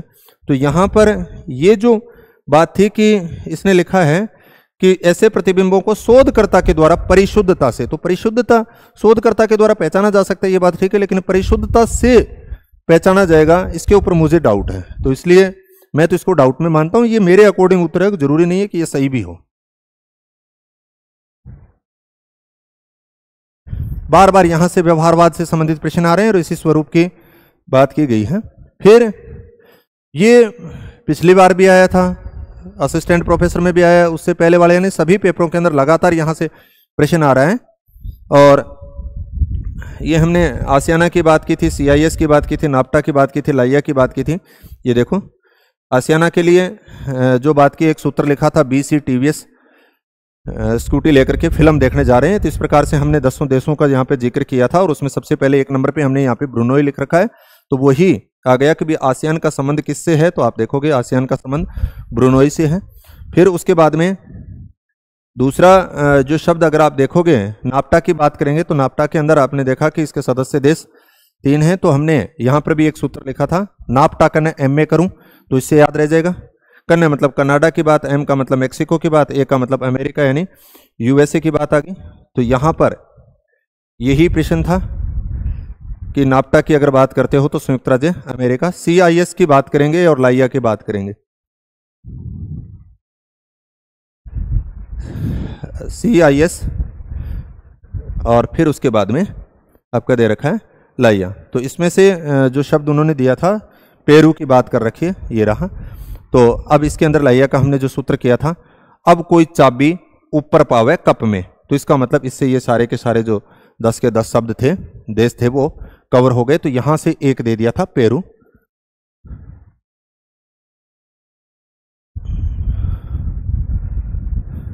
तो इसके अंदर लाइया के अंदर आपने देखा पेरू, और फिर CIS के अंदर यानी अजरबैजान आ जाएगा, क्योंकि इससे विघटित जो राष्ट्र थे उन राष्ट्रों के हमने सबने यहाँ पे नाम नहीं लिखे। कॉमनवेल्थ ऑफ इंडिपेंडेंट स्टेट यानी संयुक्त राष्ट्र मंडल के राज्यों का संगठन, इसके अंदर USSR के विघटित 12 देशों के लिए ये आ जाएगा, और उसी में से एक आपका अजरबैजान है। तो ये बार बार यहाँ से प्रश्न पूछा जा रहा है, और आगामी एग्जाम जो होगा उसमें भी निश्चित रूप से यहाँ से प्रश्न आपको देखने को मिलेगा, चाहे वो एक साथ में देशों को सुमेलित करवाए चाहे इस प्रकार से करवाए। तो ये भी वही पैटर्न है जो हमने इस पैटर्न के अकॉर्डिंग पहले बात की है। तो जो इसका उत्तर होगा आसियाना के अंदर देखा ब्रुनोई 2 नंबर आ गया, 2-1 में ही है, तो अगर आपको 1 आ रहा है तो भी काम चल जाएगा इसमें। फिर उसके बाद में नेक्स्ट अगर प्रश्न की बात की जाए,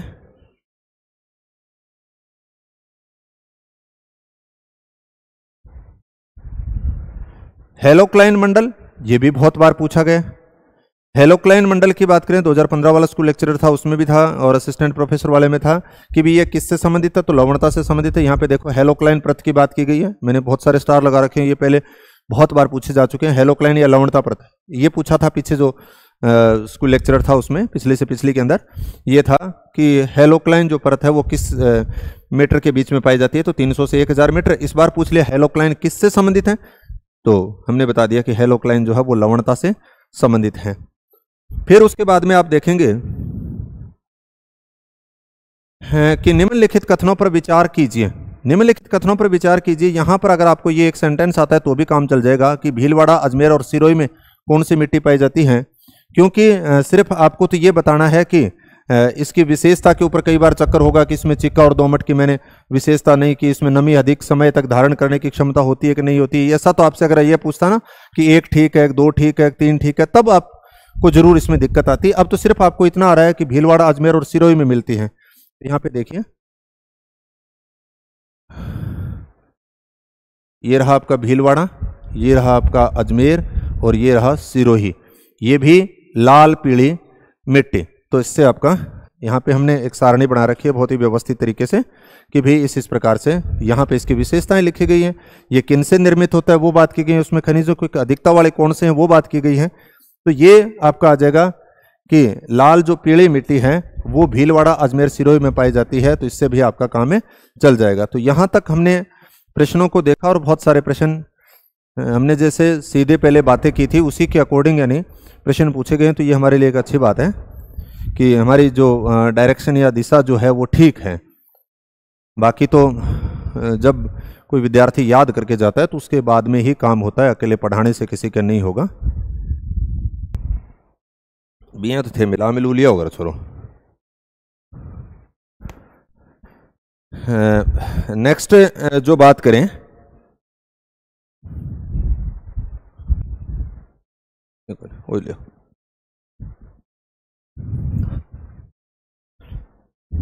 निम्नलिखित में से किस विद्वान ने फारस साम्राज्य के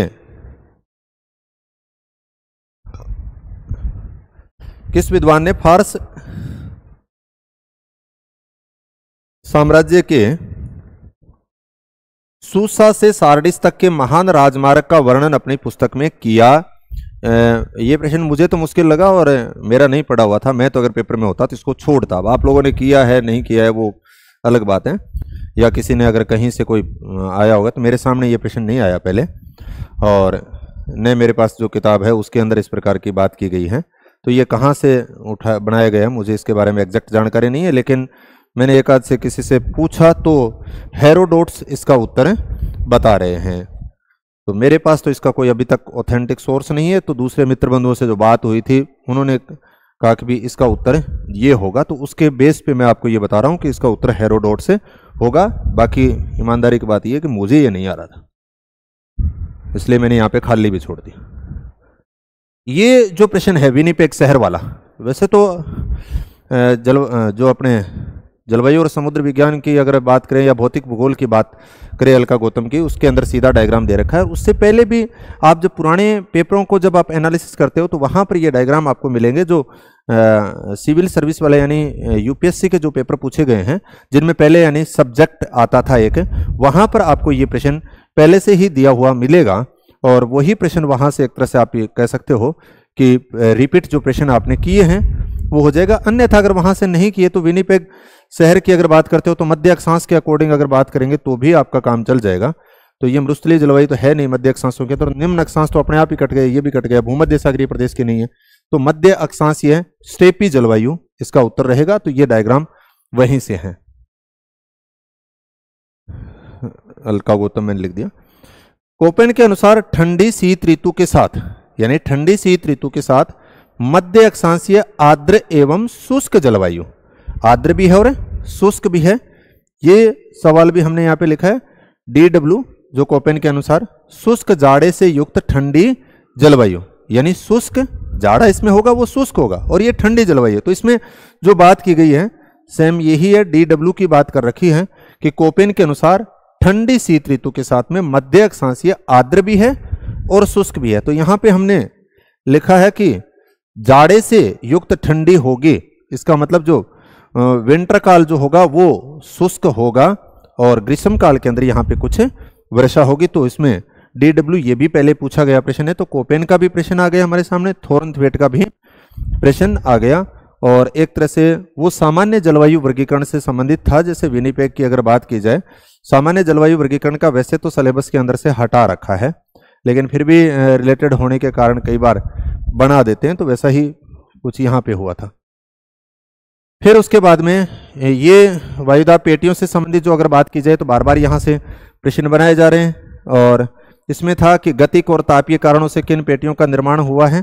तो गतिक और तापीय का डायग्राम जो हमने बना रखा है उसके अंदर आप देखोगे कि वायुदाब पेटियों के अंदर टोटल 7 पेटियां आ जाएंगी, पवन पेटियों की बात हमने की थी 6, और इसमें आप देखोगे कि अलग अलग इस प्रकार से डिफाइन कर रखा था कि गतिक पेटी कौन सी है और तापजन्य पेटी कौन सी है।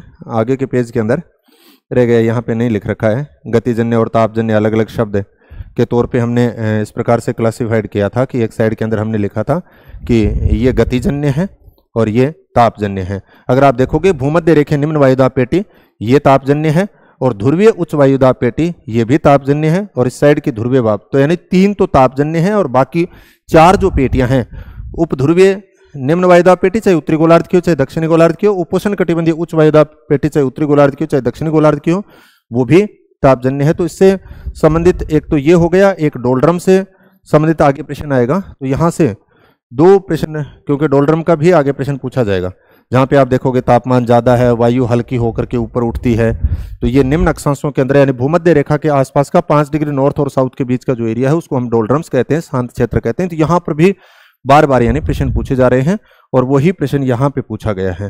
तो ये अगर आप देखोगे कि निम्नलिखित वायुदाब पेटियों को क्रमशः गतिक और तापीय, तो गतिक पहले करना है, तापीय बाद में करना है, क्योंकि इसमें उल्टा भी दे रखा है जैसे ध्रुवीय और उपोष्ण कटिबंधीय। अब इसका उत्तर होगा उपोष्ण कटिबंधीय उच्च वायुदाब और ध्रुवीय उच्च वायुदाब, क्योंकि ये तो क्या है गतिक है और ये क्या है तापजन्य। तो कईयों की मेरे विचार से इसमें भी गलती हो जाती है, कई बार नाम तो दोनों पढ़ लेते हैं गतिक और तापीय करते वक्त, तापीय अगर पहले कर दिया और गतिक बाद में कर दिया तो फिर गड़बड़ हो जाएगा।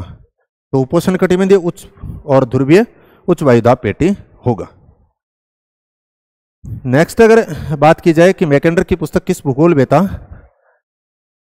ने हृदय क्षेत्र शब्द लिया,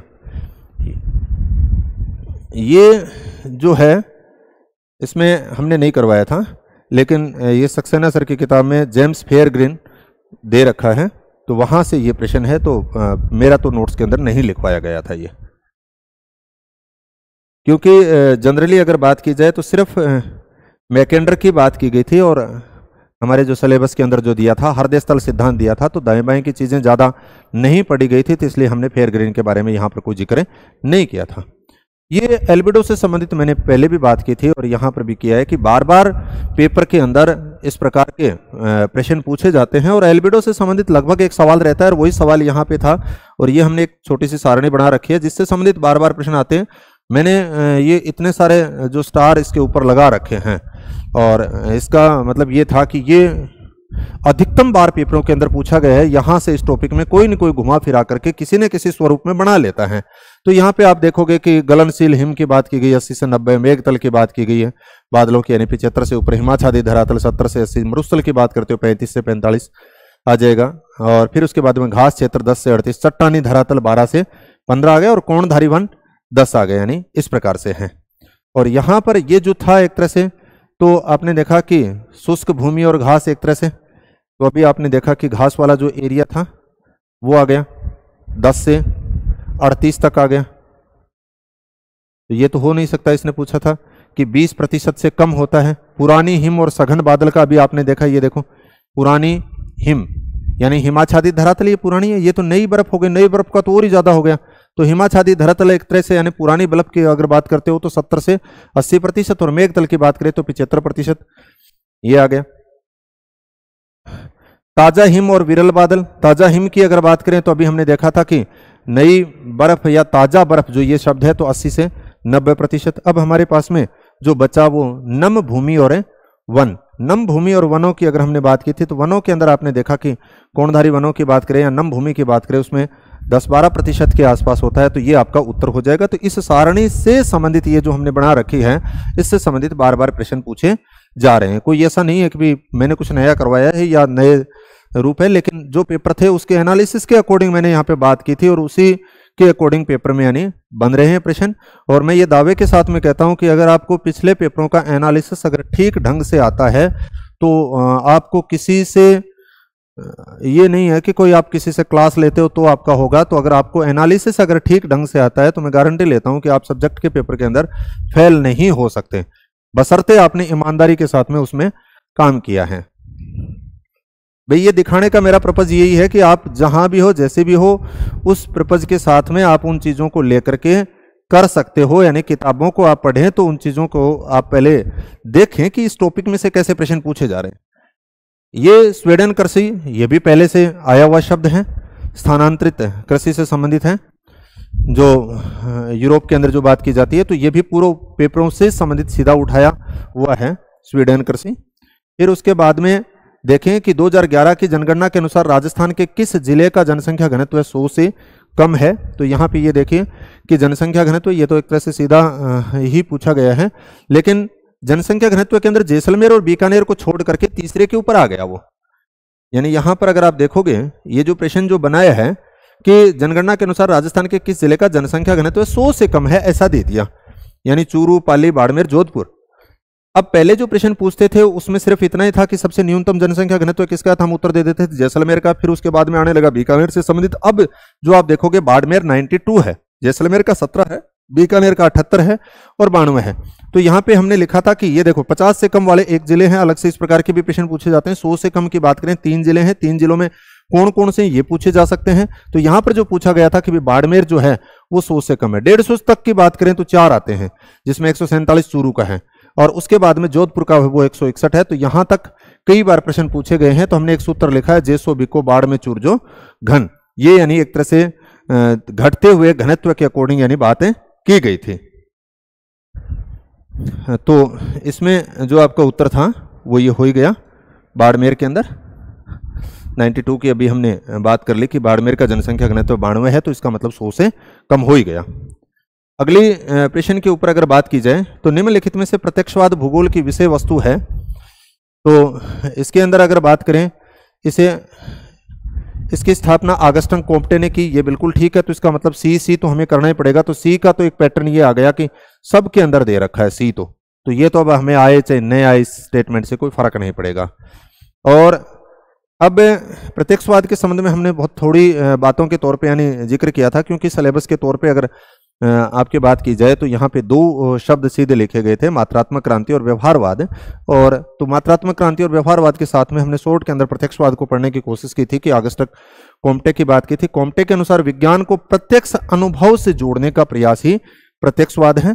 तो ये इसे अनुभववाद भी एक तरह से इस बेस पे आप कह सकते हो। फिर उसके बाद में नेक्स्ट अगर बात की जाए तो हमने लिखा कि प्रत्यक्षवाद धर्म और मान्यताओं के विरुद्ध सोच है और इसमें तथ्य स्वयं साधन होते हैं। प्रत्यक्षवाद वस्तुपरक निष्पक्षता और तटस्थता पर आधारित है। और वियना जो सम्मेलन से संबंधित एक आगे प्रश्न और पूछा गया है कि यह तार्किक प्रत्यक्षवाद से संबंधित है और इसमें मानव मूल्य और आदर्शों को कोई स्थान नहीं दिया गया। तो शायद इसमें मेरे विचार से मानव मूल्य और आदर्शों को कोई स्थान नहीं दिया गया। तो यहां पर आप ये भी कह सकते हो कि यह आदर्शवाद का विरोधी भी होगा। और अगर ये करते हैं तो फिर ये अपने आप में ही आता है। भाई अगर आप ए बी सी करते हो तो मेरे विचार से और कोई फिर ऑप्शन है नहीं, ए बी सी डी उस कंडीशन के अंदर। तो ये मेरे अनुमान के बेस पे मैं इस प्रकार से इसका उत्तर कर रहा हूं। बाकी इसको डिटेल में जैसे ही टाइम मिलेगा तो और देख लेंगे, और बाकी तो आरपीएससी के आंसर की आएगी तब तो पता चले ही चलेगा। तो इसलिए इसके ऊपर भी थोड़ा सा ये कहा जा सकता है, क्योंकि खुद के विवेक के बेस पे कि यार काफ़ी दिन हो गए मुझे भी इसको पढ़े हुए, तो मैंने अब इसको नहीं देख पाया हूँ, और देखेंगे तो हो सकता है इसके अंदर कुछ और हुआ तो मैं बताने का भी प्रयास करूँगा। तो हमने 2-3 जो सेंटेंस लिखे थे उसके अकॉर्डिंग मैंने ये उत्तर निकालने की, यानी जो 3 जो शब्द लिखे हैं उसके अकॉर्डिंग इस प्रकार से इनके ऊपर हम उस चीज के ऊपर पहुंचे हैं प्रत्यक्षवाद से संबंधित। फिर ये भी बहुत रात्रि में विकिरण तापमान व्युत्क्रमण की अगर बात की जाए, तापमान व्युत्क्रमण के 2 सवाल पूछे थे, एक काफी मुश्किल था, ये काफी सीधा सवाल है जो बार बार पूछा जाता है। तापमान व्युत्क्रमण के लिए आदर्श स्थितियां कौन सी हैं, ये देखो ये बार बार आ रखा है यहाँ से जो हमने लिखे हैं ये शब्दों के ऊपर, यानी यहाँ पर जो लगा रखे हैं, आकाश साफ और स्वच्छ होना चाहिए, मेघ रहित होना चाहिए, मेघाच्छादित रहित होना चाहिए, उच्च स्तरीय मेघ होने चाहिए, जाड़े और शीतकाल की लंबी रातें होना चाहिए, हिमाच्छादित धरातल होना चाहिए, वायुमंडलीय दशाएं शांत और स्थिर होनी चाहिए, न कि तेज जो हवाएं होनी चाहिए। पवन भी आपने देखा कि शांत और अत्यधिक मंद होनी चाहिए, और धरातल के पास में शुष्क वायु होनी चाहिए। तो ये 5-6 शब्द ये थे कि आकाश आपका स्वच्छ होना चाहिए, बिल्कुल होना चाहिए, इसमें कोई दोहरा नहीं है। और फिर उसके बाद में देखें ठंडी और शुष्क वायु और तेज हवाएं, ठंडी और शुष्क वायु होनी चाहिए, तेज हवा नहीं होनी चाहिए। हमने अभी देखा कि मंद हवाएं होनी चाहिए, ये देखो अत्यंत मंद, या पवन है वो एक तरह से शांत होनी चाहिए। तो ये यहां से इसको अगर हम देखेंगे तो ए और बी जो है वो ठीक है।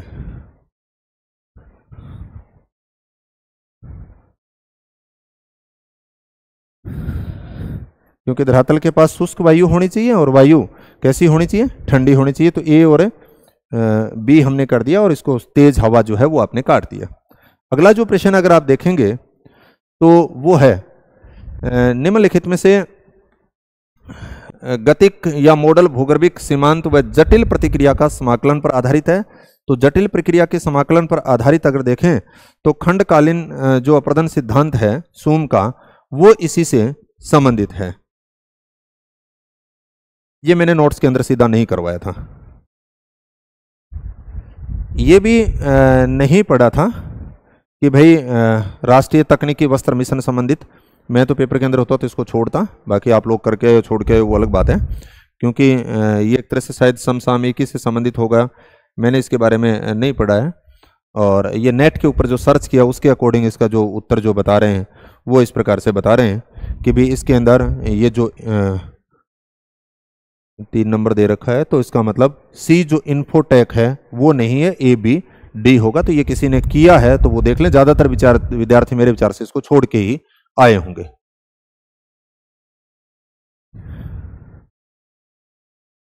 ये प्रश्न भी पहले जीन ब्रुन से संबंधित जो बात है बार बार पूछी जाती है, हमने इसको किया भी है।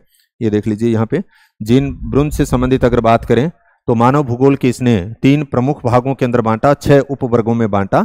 और इसमें आप देखोगे कि मिट्टी का अन्न उत्पादक प्रयोग किसके रूप में किया जाता है, मकान और सड़क के रूप में किया जाता है। मिट्टी का विनाशकारी प्रयोग पौधों और पशुओं का विनाश और खनिज शोषण के रूप में, और वनस्पति और जंतु जगत पर मानव की विजय यानी कृषि और पशुपालन। ये पीछे भी शायद असिस्टेंट प्रोफेसर में था या स्कूल लेक्चर में था, यहाँ से सवाल था जीन ब्रुन का, और वही सवाल ये दे दिया कि मकान और सड़क, ये देखिए मकान और सड़क की जो है, देखो किसने कहा मकान और सड़कों के लिए मिट्टी का उपयोग अनुत्पादक है। यही लाइन है कि मिट्टी का अन उत्पादक प्रयोग मकान और सड़कों में किसने कहा, तो जीन ब्रुंज ने कहा। ये आप यहां पे देख लेंगे, जीन ब्रुंज की बात आ गई। फिर उसके बाद में नेक्स्ट जो प्रश्न है, ये मैंने पहले भी बात की थी कि जो प्रश्न जो पेपर हुआ था पेपर फर्स्ट है, उसके अंदर आपने देखा था कि जो झीलों का क्रम पूछ रखा था वो पूर्व से पश्चिम पूछ रखा था। यहाँ पे जो झीलों का जो क्रम पूछा है वो उत्तर से दक्षिण की तरफ पूछा है। तो इसमें अगर आपको आ रहा है कि गेव सागर डूंगरपुर है तो वो बिल्कुल दक्षिण के अंदर है, तो वो सिर्फ एक में ही दे रखी है। अगर आपको इतना भी अगर आ रहा है ना, ये देखो डूंगरपुर यहाँ पे बात की गई है, ये सबसे दक्षिण के अंदर हो गया आपका गेव सागर। अगर ये आ रही है तो यहाँ से अजमेर से शुरू किया था उसने, यहाँ से ये देखो फाई सागर आ गया, फिर नीचे आते हो यहाँ पे भीलवाड़ा से संबंधित बात आ गई मांडल, फिर उसके बाद में अगली जो आपके सामने आएगी फतेह सागर, यहाँ पे ये आ गई उदयपुर के अंदर जब आप आओगे तो ये आ गई, फिर उसके बाद में डूंगरपुर के अंदर आ गई। तो इसका आपका उत्तर जो है वो 3 नंबर रहने वाला है। यहाँ पे हमने लिखी हुई सीधी जिलों के अकॉर्डिंग है। तो मैंने पहले भी कहा था कि भी आप से कोई पूछे तो आप उत्तर दक्षिण पूछा जा सकता है, पूर्व पश्चिम पूछा जा सकता है। तो ये रही फतेह सागर झील, उदयपुर के अंदर सीधा ये पूछा था। फाई सागर की बात कर दें, अजमेर से संबंधित हो गया, सीधा नाम पूछा था। और फिर उसके बाद में यहाँ से है, ओके आ गया, चलो चले गए। अच्छा अगले पेज पे गए। फिर उसके बाद में हमने बीकानेर, जोधपुर, जैसलमेर, अगले हम के डूंगरपुर, ये रहा डूंगरपुर के अंदर ये गेव सागर यानी पहले से पूछी जा चुकी है। तो इसी के अकॉर्डिंग हमने चीज़ों को लिखा था। तो यहाँ से आपने देखा कि ये दक्षिण से, तो आगामी पेपरों के अंदर भी संभावना इसी प्रकार से रहेगी। असिस्टेंट प्रोफेसर का हो, चाहे कोई और एग्जाम हो, चाहे लैब असिस्टेंट का हो, तो वहाँ पर आपको राजस्थान के नक्शे को ठीक से आना चाहिए। उसमें वनों को पूछा जा सकता है, वर्षा को पूछा जा सकता है, मिट्टियों को पूछा जा सकता है, झीलों को पूछा जा सकता है, उत्तर से दक्षिण, पूर्व से पश्चिम, दक्षिण से उत्तर, ऐसा क्रम। तो यहाँ पर यही बनाया गया था। तो ये आपने देखा, फाई सागर मॉडल, फतेह सागर और गेब सागर उत्तर से दक्षिण की तरफ। फिर उसके बाद में नेक्स्ट जो प्रश्न है वो भारत का मरुस्थलीकरण और भूमि अवनयन एटलस 2016 का प्रकाशन किसमें किया गया। ये भी पीछे जब आप पेपरों को देखोगे तो उसके अंदर ये पहले से ही प्रश्न पूछा गया है। वही प्रश्न एक तरह से पुनरावृत्ति के तौर पे आपको मिलेगा। शायद दिशा 2020 में इसको दे रखा होगा कि भारत का मरुस्थलीकरण और भूमि अवनयन एटलस 2016 यानी इसरो से संबंधित है। ये मैंने नहीं करवाया नोट्स के अंदर तो। और निम्नलिखित में से कौन सा भूगोलवेत्ता एकरूपतावाद सिद्धांत से संबंधित है। तो एकरूपतावाद का जो सिद्धांत है वो तो हटन ने दिया था। यहां पर जो प्रश्न पूछा गया है वो ये पूछा गया कि इससे कौन कौन से संबंधित थे। तो हटन के साथ में प्लेफेयर और लेल ये भी संबंधित थे। तो ए, बी और सी ये इसका एक तरह से उत्तर हो जाएगा। फिर उसके बाद में निम्नलिखित भूगोलवेत्ताओं में से भौतिक भूगोल, निम्नलिखित रोमन भूगोलवेत्ताओं में से भौतिक भूगोल में योगदान किसका है। तो मेरी किसी विद्यार्थी से बात हुई तो वो बोले गुरुजी कहें तो पोलिबियस होगा। तो मैं कह भी ठीक है, पोलिबियस तो तेरी बात साउल है, भी भौतिक भूगोल के अंदर उनका योगदान रहा है, लेकिन ये जो है वो यूनानी भूगोलवेत्ता है और यहाँ पे पूछा गया है रोमन भूगोलवेत्ता। तो इसका मुझे ज़्यादा तो मैंने नहीं देखा, पर लेकिन इसके स्ट्रेबो की अगर बात करते हो तो इसका इतिहास में योगदान रहा है, प्रादेशिक के अंदर तो खासतौर से रहा ही रहा है। तो और भौतिक भूगोल के अंदर भी, तो मैं इसके ऊपर कन्फर्म तो नहीं हूं कि इसका उत्तर स्ट्रेबो होगा, लेकिन ये जो विद्यार्थी एक तरह से इसका पोलिबियस मान रहे हैं, तो मुझे तो किसी दृष्टिकोण से इसका पोलिबियस इसलिए नजर नहीं आ रहा क्योंकि यहाँ पे नाम जो ऊपर लिख रखा है कि वो पहले से ही बात कर रहा है कि रोमन भूगोलवेत्ता की। तो ये जो पोलिबियस है वो तो यूनानी भूगोलवेत्ता है। तो मेरे विचार से ये स्ट्रेबो जो होगा वो हो सकता है। बाकी मैं जी भी टाइम मिलेगा तो किताबों के अंदर क्योंकि देख करके बता देंगे, सारी चीज़ें जरूरी को नहीं हो कि एनी टाइम याद रहे। तो मैंने इसको देखा नहीं और थोड़ा सा टाइम मिलेगा तो हो सके आप खोज जाऊंगा तो उत्तर भी पा जाएगा सही तरीका। फिर उसके बाद में ये बहुत पॉपुलर सा प्रश्न है, बार बार पूछी जाती है, ब्रंटलैंड रिपोर्ट सतत विकास पर किस वर्ष प्रस्तुत हुई। तो ये देख लीजिए यहाँ पर जो हमने बात की कि 1987 के अंदर। तो ये आपकी एनसीईआरटी के अंदर भी दे रखी है लाइन, तो वही सेम है 1987 के अंदर। तो वहीं से यानी एनसीईआरटी की बहुत सारी चीज़ों को हमने इंक्लूड करने का यानी प्रयास किया था। फिर भी कुछ चीज़ें एनसीईआरटी की रह भी जाती हैं। और बादल जो उष्माहास या विभिन्न तापमानों वाली हवा के मिश्रण से बनते हैं। हालांकि मेघ का सीधा टॉपिक नहीं था, शॉर्ट के अंदर हमने बातें की थी। एनसीईआरटी के अंदर मैंने कहा था कि आप पढ़ लेना। एनसीईआरटी में से खूब जो शब्द है वही दिया है। बादल जो उष्माहास या विभिन्न तापमानों वाली हवा के मिश्रण से संबंधित है। स्त्री मेघ, ये एनसीईआरटी के अंदर आप देखोगे तो आपके जहां पे स्त्री मेघ का जिक्र किया गया वहां पर पहली लाइन ही यही है। तो ये भी हो गया आपके। नेक्स्ट, चट्टानों से संबंधित दिए गए बिंदुओं में से नीचे दिए गए कूट का सही कथनों का चयन कीजिए। तो ये अभी हमने बात की थी कि जब भी बात कर रहे थे चट्टानों वाला पीछे की, तो दो प्रश्न एक तरह से चट्टानों से संबंधित पूछ लिए गए हैं। आग्नेय चट्टान को हम प्राथमिक चट्टान कहते हैं, बिल्कुल ठीक है। आग्नेय चट्टानें रवेदार होती हैं। ये देखो आग्नेय चट्टान है अच्छा, जद कौन लगाए, ठीक है। आग्नेय चट्टान का अभी हमने जिक्र किया था कि भी एक तरह से पीछे जो बात की थी कि भी प्राथमिक चट्टानें होती हैं जहाँ पे ऊपर नाम लिखा है वहीं पे लिखा है रवेदार होती हैं, ये बात अभी हम पीछे करके आए हैं और पीछे वहां पर वापस ये एक सिर्फ रवेदार का, यानी आग्नेय से संबंधित एक तरह से दो सवाल उन्होंने बना दिए। लोयस एक अवसादी चट्टान है, ये बिल्कुल ठीक है। ये रवेदार होती है, नहीं होती, क्योंकि अभी हम पीछे करके आए थे डायरेक्ट, हम अलग से ही एक सारणी बना करके मैंने पीछे आपको दिखाया था कि रवेदार के अंदर दो आती हैं, जिसके अंदर एक आग्नेय की बात की थी, एक कायांतरित या रूपांतरित चट्टानों की बात की थी, मेटामॉर्फोसिस की बात की थी। तो अवसादी जो चट्टान है वो रवेदार नहीं होती, इसका मतलब ये स्टेटमेंट आपका गलत है। संगमरमर एक कायांतरित चट्टान है, ये बिल्कुल ठीक है। तो यहाँ पे उत्तर ए और सी होगा। ये लिख दिया, अवसादी जो चट्टानें होती हैं जो परतदार होती हैं,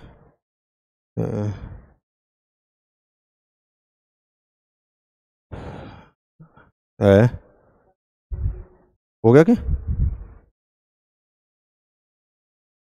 तो ये अभी तक हमने 80 तक जो प्रश्न थे उनको देखा, और नेक्स्ट जो क्लास होगी उसके अंदर जो बाकी बचे हुए जो प्रश्न हैं 60 प्रश्न और रह गए, उनके ऊपर देखते हैं, जल्दी बात करेंगे। तो अभी कितने एक नंबर बन रहे हैं, कैसे बन रहे हैं, तो उसके ऊपर, या मेरिट क्या रहेगी, बार बार ये पूछ रहे हैं। तो आप एक हम ग्रुप बनाएंगे, उसके ऊपर आप अपने फर्स्ट पेपर के और सेकंड पेपर के नंबर भेजना, तो उससे एक थोड़ा सा आइडिया लग जाएगा कि किस प्रकार से मेरिट की जो है वो रह सकती है, क्योंकि बड़ी उत्सुकता होती है पेपर देने के बाद में भी क्या रहेगी, सिलेक्शन होगा या नहीं होगा। तो बड़ा ही धैर्य रखें, और बाकी फर्स्ट पेपर के अंदर बहुत सारों के गड़बड़ है, तो इसलिए सेकंड पेपर और फर्स्ट पेपर की मिला के मुझे नहीं लगता कि बहुत ज़्यादा मेरिट को जाने वाली है, ऐसा मेरा अनुमान है, क्योंकि ज़्यादा से तो मेरी अभी कोई बात हुई भी नहीं है। तो ये तो मैं तो मेरे विवेक पे कह रहा हूँ, क्योंकि अधिकांश विद्यार्थी ये कह रहे हैं भी फर्स्ट के अंदर दिक्कत आ रही है, तो या जो पास हो रहे हैं तो 30 के आसपास हो रहे होंगे, 30, 32, 35 तक मुश्किल पूछ रहे हैं, या फिर 1, 2, 4 नंबर से रह भी सकता है कोई, क्योंकि बहुत सारे विद्यार्थी ऐसे हैं जिनका सब्जेक्ट बहुत मजबूत है, लेकिन फर्स्ट पेपर का उन्होंने कल्पना नहीं की थी किस प्रकार से मुश्किल पेपर पूछा जाएगा, तो वहाँ पर उनको थोड़ी दिक्कत आ रही है। अब वहाँ पे अगर 40% नहीं होते हैं, तो इधर अगर आपके 120 होंगे तो भी काम नहीं आएंगे, अन्यथा हो सकता है 110, 105, 100 के अंदर भी आपका काम चल जाए। तो बात ये भी रहेगी कि भी फर्स्ट पेपर के अंदर आज भी दुखी होने की जरूरत नहीं है। मैंने ये भी कहा था कि इक्के दुक्के प्रश्न कम है, उनके बढ़ भी सकते हैं, तो वो तो आयोग के ऊपर डिपेंड करेगा, जब आंसर की आ जाएगी तब पता चलेगा। तो बाकी जो बचे हुए प्रश्न हैं उनके हम जल्दी आगे देखेंगे, कैसे कैसे क्या क्या उत्तर देने वाले हैं, व्याख्या करेंगे। और धन्यवाद सभी को।